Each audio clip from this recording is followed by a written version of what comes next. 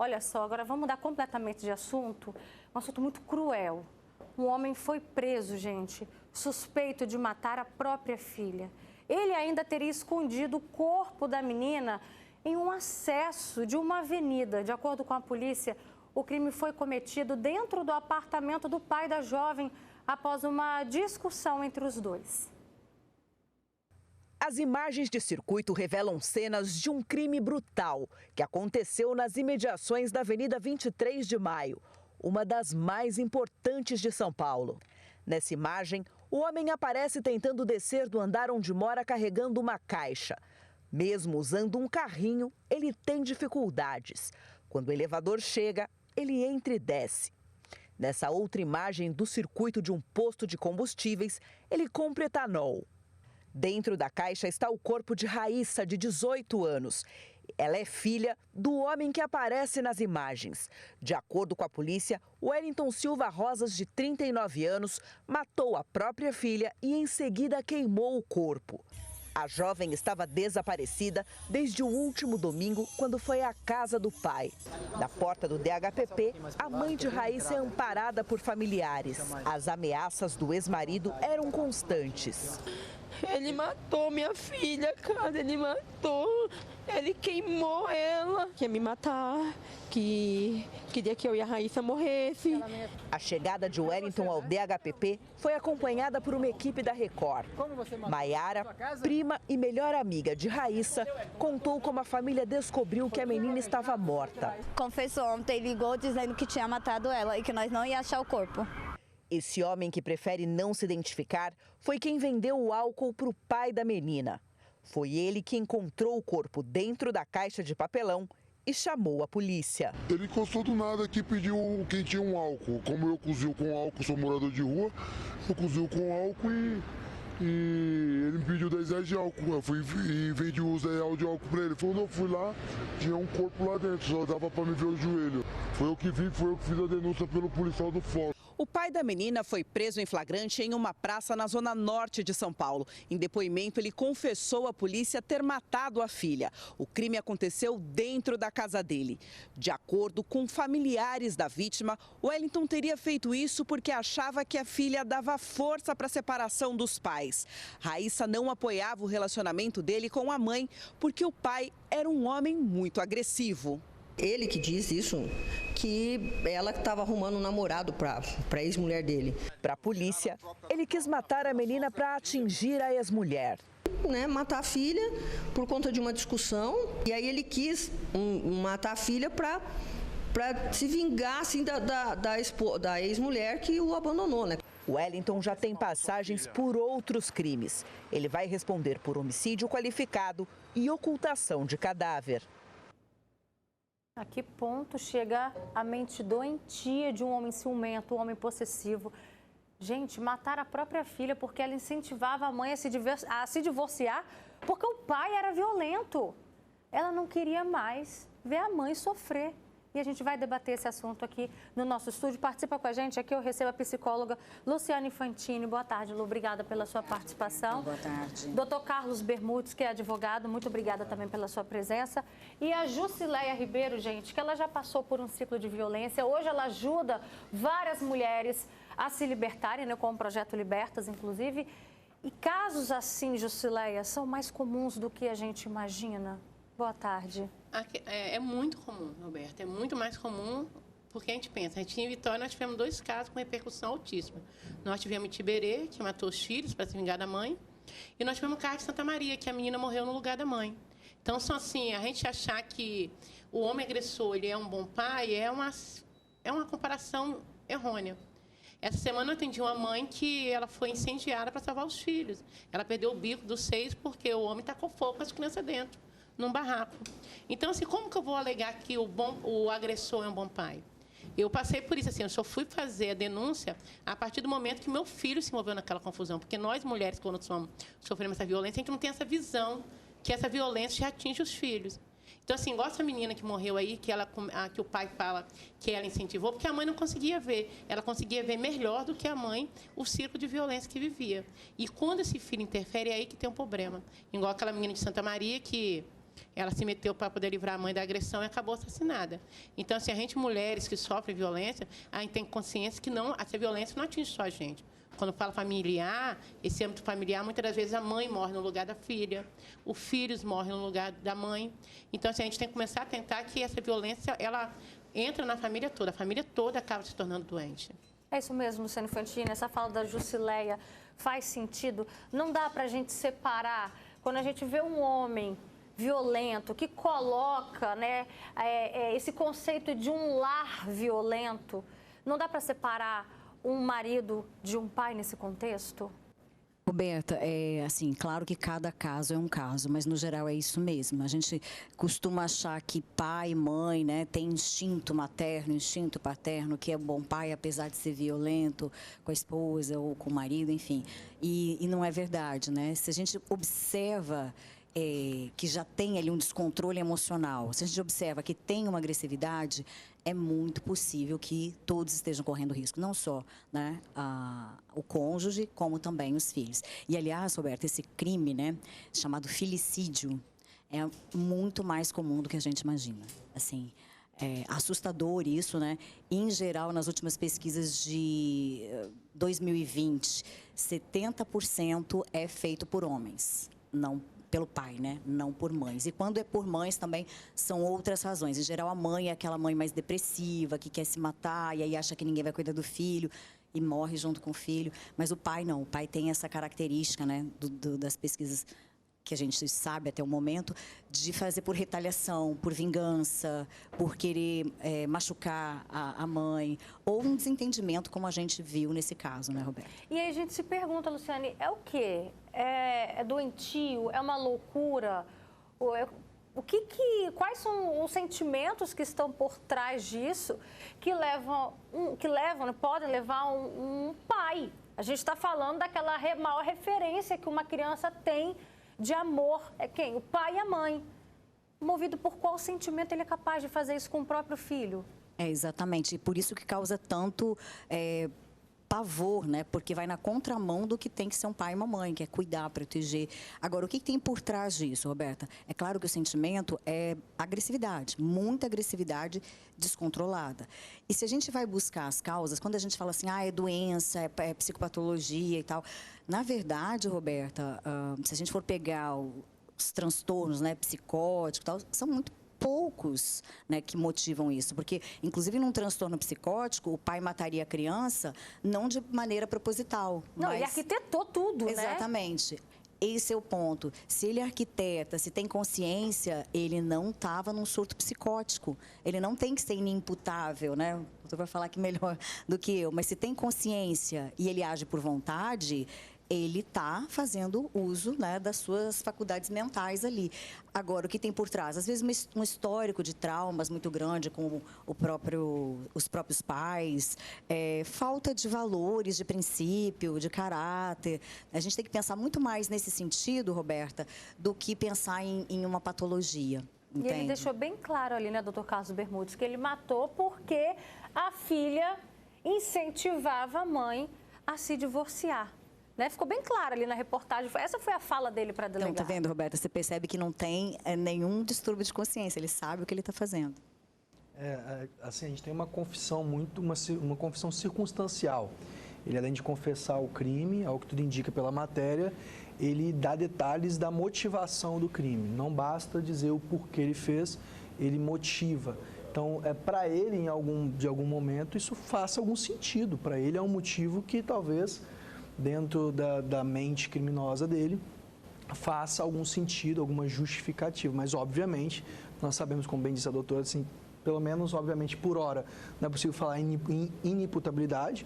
Obviamente, se a defesa dele suscitar isso em juízo, havendo, né, relevância desse argumento, a justiça vai instaurar um incidente de insanidade mental para que, então, ele seja submetido a uma série de exames clínicos, enfim, e para que, então, um psiquiatra, um médico especializado na área de saúde mental possa dizer à justiça se aquela pessoa era ou não inimputável, ou seja, ela não possuía capacidade de discernimento da ilicitude do seu ato no momento da ação, o que, pelo menos por hora, não nos parece ser o caso, né? Os pais têm o dever, a obrigação de educar os filhos, né? E aí eu me pergunto, num caso como esse, como que fica, né? Por exemplo, a pena pode ter um peso ainda maior, porque se ele tinha essa obrigação como pai, e ele não só deixou de cumprir, como fez o oposto. Sim. Isso pode pesar na pena? Sim, esse caso, como a própria matéria chamada já nos diz, trata-se de um homicídio qualificado. Aí o delegado, enfim, a Justiça, o Ministério Público, quando for oferecer a denúncia, vai verificar quais são as hipóteses qualificadoras, mas de antemão a gente consegue verificar aí um motivo fútil, então um motivo fútil ou torpe, a depender da circunstância, meio que tenha impossibilitado a defesa da vítima. Nós não sabemos como foi o modus operandi, como ele efetivamente consumou esse homicídio, se foi com facada, se foi com disparo de arma de fogo, se foi mediante asfixia, mas meio cruel, meio que impossibilitou a defesa da vítima. Então, todas essas circunstâncias precisam ser analisadas e também, pelo fato dele ser ascendente da vítima, existe também a agravante em razão do fato dele ser ascendente da vítima. Importante lembrar que, nesse caso em específico, não incide a nova alteração ocorrida em 2022 em relação à lei Henri Borel, porque ela se aplica especificamente a crianças menores de 14 anos. Então, quando o homicídio é praticado por um ascendente contra menor de 14 anos, incide a lei Henri Borel, uma lei que ficou conhecido o caso do menino Henri Borel. Nesse caso, não, porque a vítima ela já era maior de 18 anos, mas sim incidem várias outras qualificadoras. A gente vai conversar agora aqui, a gente vai incluir no nosso bate-papo a Leila. Ela também, gente, já foi vítima de violência doméstica e entende desse sentimento, do medo tanto de mulher como mulher, na pele de uma mulher, e o medo também de mãe. Não é verdade, Leila, que você já enfrentou no passado? Boa tarde. Boa tarde. Boa tarde a todos. Conta pra gente. Você tinha medo, você que já passou por esse ciclo de violência, você tinha medo de algo acontecer também com os seus filhos? Sim, eu sempre tive medo e sempre protegi, porque era muito difícil, né? Como muitos já conhecem a minha história, né? Eu estava bem impossibilitada de fazer muitas coisas, né? Por causa da deficiência da época. Surgida também pela violência doméstica, mas eu tinha muito medo que ele fizesse alguma coisa com os meus filhos. Inclusive, ele falava comigo, se você não fizer isso, eu vou pegar e cortar a mangueira do gás e tacar fogo, explodir a casa e matar todo mundo. Então, e meus filhos eram pequenos na época e era muito difícil isso. Inclusive, tem até uma coincidência nessa história que o seu filho, eu me lembro que você já relatou isso pra gente em outras situações, o seu filho também te fortalecia para sair desse ciclo de violência, né? Sim, eu acho que ele foi o maior protagonista para que eu conseguisse vencer e sair dessa situação mesmo de violência doméstica. Porque foi através da coragem dele que eu consegui dar esse passo tão grande, né? E salvar os meus filhos. A verdade foi essa, que eu não me salvei, a minha preocupação era os meus filhos. Então, eu terminei, através dele, salvando os meus filhos, os 3. Me colocando no seu lugar por alguns momentos, Leila, quando você ia dormir, você tinha paz, você tinha tranquilidade? Nunca tive. Na verdade, eu pensava como que eu ia fazer para me livrar daquela situação. Na minha mente, trabalhava coisas assim horríveis, situações horríveis, porque eu não tinha defesa, eu não tinha como me defender. E os meus filhos também, por serem pequenos, eles não tinham como se defender. E eu ficava numa situação assim, ou mato ou morro, o que eu faço da minha vida? É um desespero total, é uma falta de equilíbrio que a gente fica. E não é fácil, é bem complicado mesmo. É muito difícil. Já volto a falar com você, Leila, que a gente também está aqui com a Jusileia. Ela também entende muito desse medo.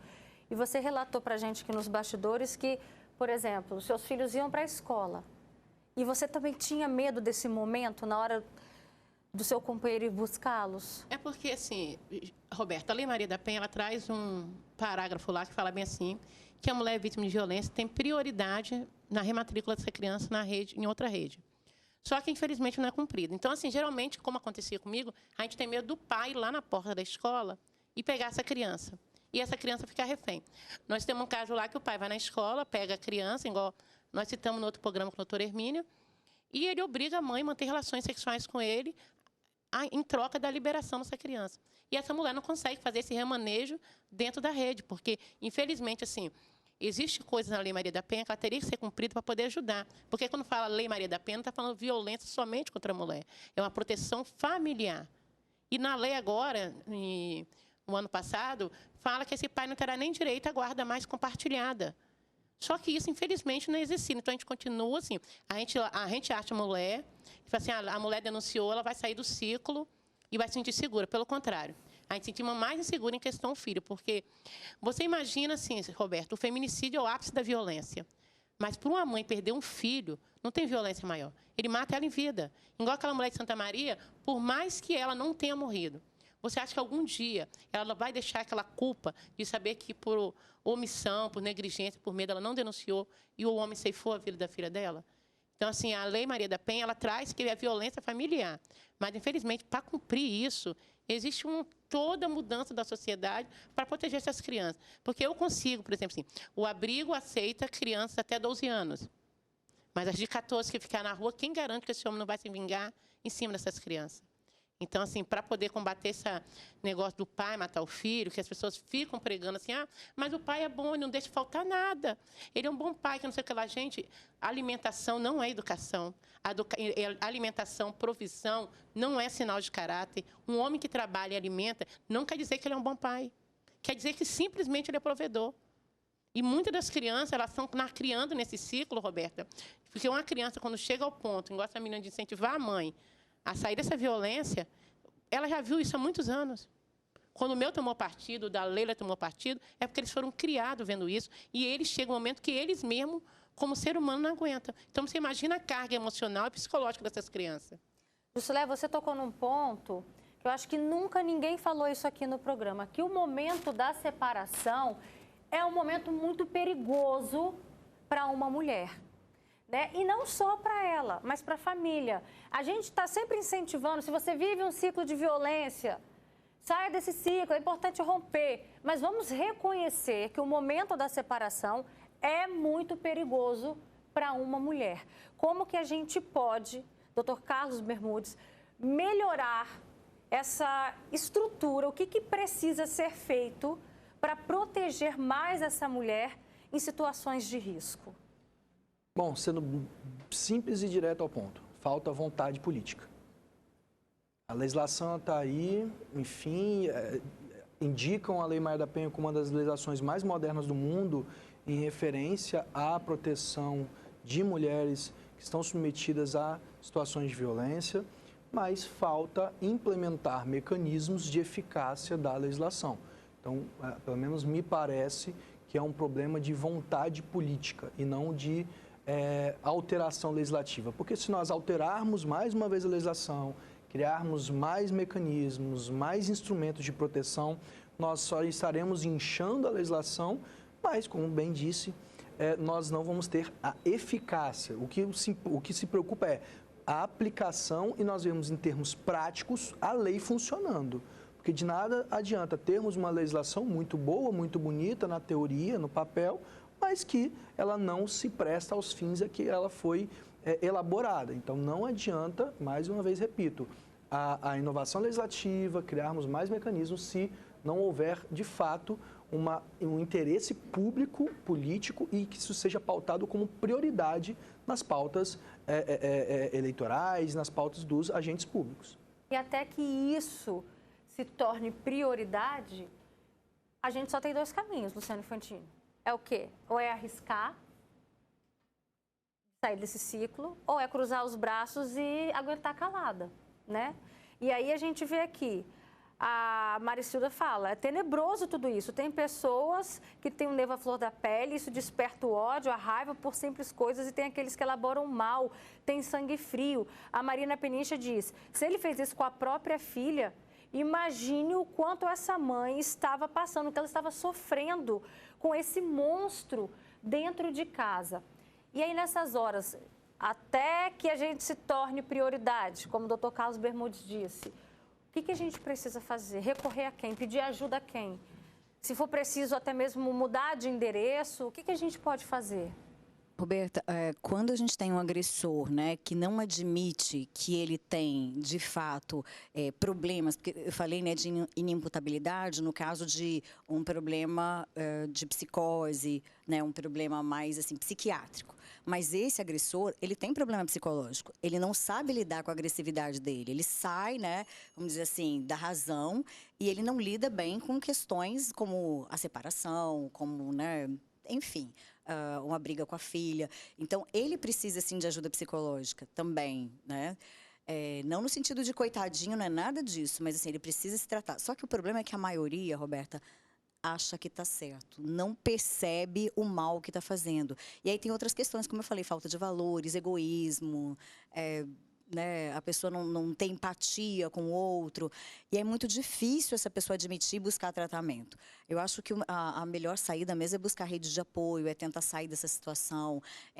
Você falou uma coisa muito importante, Ursula, que assim, às vezes a gente se preocupa muito com o feminicídio, e esquece o filicídio, que tem acontecido sim, né? E deixa as crianças expostas porque ele paga uma pensão. Mas pensão, se ele não pagar, ele vai preso. A motivação às vezes nem é por amor ao filho, sabe? É só para não se incomodar. A gente não sabe, não conhece. Então, se tem esses traços de agressividade, de violência, é preciso sim um olhar mais atento. E o principal alvo nem são as crianças. O principal alvo é atingir a mulher. Exatamente. É aquilo que a Jusileia falou, porque se faz algo com o seu filho, certamente aquilo é o seu maior bem, é o que você mais ama nessa vida. Atingindo o seu maior bem, vai atingir essa mulher, né? Eles sabem exatamente onde é o nosso ponto fraco. Mas, Roberta, a gente tem que lembrar também que é filho dele, é filho ou filha dele, né? Então, a motivação, ela é justamente essa, mas você percebe o nível de crueldade dessa pessoa de passar por cima dos próprios sentimentos de pai, por alguma coisa que é mais instintiva até do ser humano. Então, você vê, assim, que realmente é uma pessoa que está extremamente descontrolada, agressiva, e se não buscar ajuda, é melhor se afastar mesmo, Roberta. E são crimes que chocam a sociedade porque vai totalmente contra aquilo que a gente aprende instintivamente, que é o quê? Amar o seu filho de forma incondicional. Então, isso choca a sociedade, né, doutor Carlos?